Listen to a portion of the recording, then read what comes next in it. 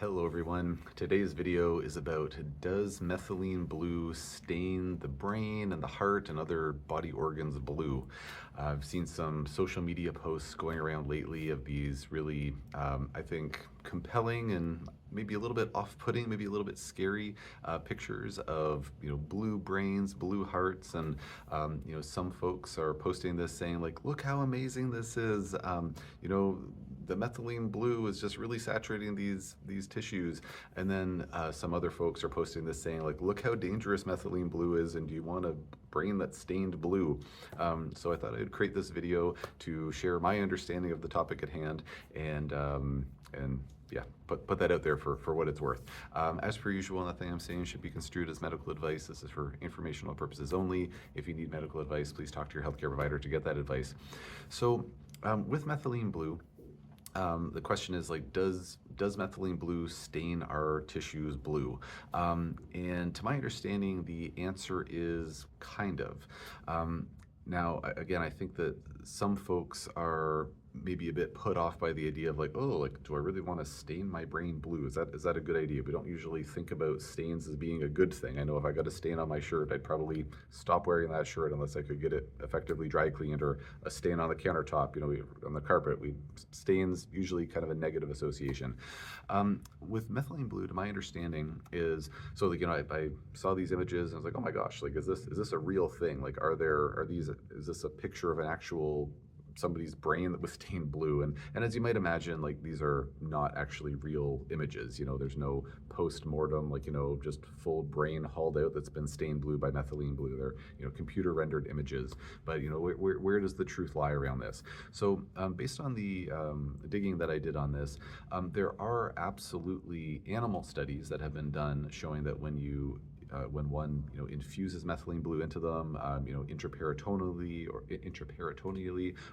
intravenously, or even giving them oral methylene blue, the methylene blue very much bioaccumulates in the brain. That's a big reason why we want to take it a lot of the time, because we want to try to optimize cognitive function, optimize the mitochondrial function in the brain, helping with different conditions like Alzheimer's and other forms of dementia, maybe neurodegenerative conditions and whatnot, or just folks who are biohacking to try to have the most optimally functional brains possible. So like, we want it to get into the brain. But with these animals, they're giving them the methylene blue through whatever route of administration, and then they're sacrificing those animals, which is just kind of the like nice fluffy sciencey way of saying like they kill the animals and then analyze their body parts or whatever they do with them afterwards, and they are sacrificing them quite quickly or quite soon after that administration, maybe within hours or days of that administration, depending on the case in question. And then if they take, say, the brains of those animals, say like a mouse or a rat, and then they start to take little like cross sections of it. Depending on the dosage of what was administered and the route of administration, the brain tissue will turn blue. So at first blush, it's like, oh, I guess the tissue staining blue, but bearing in mind that I said it will turn blue, because to my understanding, the predominant form of methylene blue that exists within the brain after administration is called leukomethylene blue. Leuko meaning white, and so it's actually a clear form of methylene blue. So methylene blue is in the reduced state. So biochemically, it can either be reduced or oxidized. So oxidized means there's oxygen bound to it. Reduced means that there's not oxygen bound to it. So when it's in the reduced state, it's actually clear. So if I was to take some methylene blue right now, my nice little blue capsule, swallow that, that methylene blue that got into my brain would predominantly be in that leukomethylene blue form. So if one was to somehow take the magic school bus or something and get into my brain and look around, I would not have a blue stained brain. But if somebody then hauled my brain out and exposed it to atmospheric air, all this oxygen would oxidize that leukomethylene blue into methylene blue, and then my brain would light up blue. So that's what's happening with these animals when the methylene blue is in their brains at high enough concentrations, and then it's exposed to air, as happens when you remove a brain and chop it up, then that's what's turning it blue. So to my understanding, folks who are taking methylene blue do not actually have blue brains, do not have blue hearts, as the heart being another region of the body that has a very high density of mitochondria. Cardiomyocytes, depending on the research literature you look at, between 30 to 42% of the cell volume is made up of mitochondria, because that heart's just beating all day, every day, every night for that matter. And so those are the tissues that are going to light up the most, sort of proportionately. A lot of mitochondria in our liver cells as well, as it turns out. So in terms of the actual staining of our organs, there isn't, to my understanding, our organs are not stained on the inside when we're taking methylene blue. The other thing is that, and then so you might say, okay, well maybe it's not stained blue, but do I want to have all this methylene blue built up in my brain? If my brain was to be taken out of my head, do I want it to be turning blue, whether it's in the white form or the blue form? Do I want that? And my opinion, therapeutically for my patients, is yes. It's a resounding yes. We want that methylene blue to go where it's. The fact that these brains are lighting up blue is telling us it's going where we want it to go. We know that methylene blue has a high affinity for mitochondria. It's going to go to those most mitochondrially dense areas, and the brain, being one of them. So I kind of look at these blue brain diagrams, and admittedly, I think they're a little bit creepy on one level, but on the other side of the coin is that, on the other hand, I should say, I think it's also kind of reassuring that it's yes, it's telling us it's going where we want it to go. That's where it's having that therapeutic effect. That's where it's helping with mitochondrial function. That's where it's helping with that antioxidant activity that we're gunning for.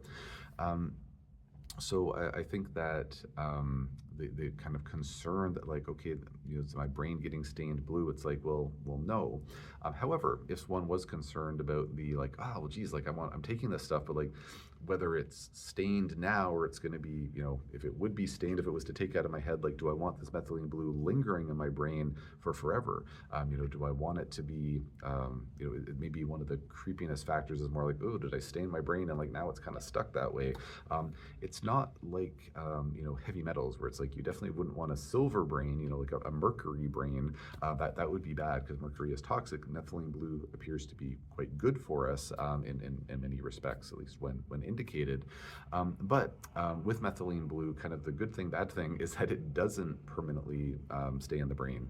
Methylene blue has a half-life, and to my understanding, the half-life, it varies depending on the route of administration. It could be anywhere from as little as a few hours to all the way up to, my understanding, is 30 hours in the body. A half-life is essentially the amount of a given substance that still exists after, where 50% of a substance still exists after a certain period of time. So if, for example, say we take the half-life of ozone, my understanding is the half-life of ozone gas in a plastic syringe, if we're drawing that up to do an injection or an IV or something like that with ozone, the half-life is 20 minutes. So if I have 50 units of ozone right now and put that in a plastic syringe, 20 minutes later, there's 25 units left. 20 minutes later, there's 12 and a half units left. 20 minutes later, there's 6.25 or 6.75 units left. It's going to go down, down, down over time. And generally speaking, after 5 half-lives, that's when that substance is considered to be no longer biologically active. So there's still maybe a trace amount left, you're down the 3% category around that time, but it's considered to be not really biologically relevant or relevant at that point. So even if a form of methylene blue, through an oral route, is going to have a half-life of 30 hours potentially, well, 30 hours times 5, so 150 hours later, it's really not biologically relevant anymore. And even if you're well, it's still 3%, it's fine, give it a couple more half-lives, and eventually you're getting pretty darn close to zero. So it's not it's lingering for weeks on end, years on end. It's going to be a few days a week, give or take. So again, kind of good thing, bad thing. Kind of good from the perspective that it's I don't know if I want methylene blue, glucomethylene blue or whatever kicking around in my brain for forever. It's not going to. Maybe the bad thing is well, maybe it'd be nice if it lasted a little bit longer, because maybe you wouldn't have to take as much methylene blue or as often. So I hope this information was of use. If anybody has any questions or comments about this, please post in the comment section below. If you've heard something contrary to what I'm saying, if you're following some other person out there and you're man, they seem smart and they're methylene blue is toxic and it's staining the brain and it's awful, please consider posting that in the comment section. I'm always happy to learn more, hear other opinions and all that good stuff. So I'll leave it there for now. If you wouldn't mind taking a quick moment to please share, subscribe, and or post a quick comment on the video, I'd really appreciate it. And thanks in advance for taking a second to do that.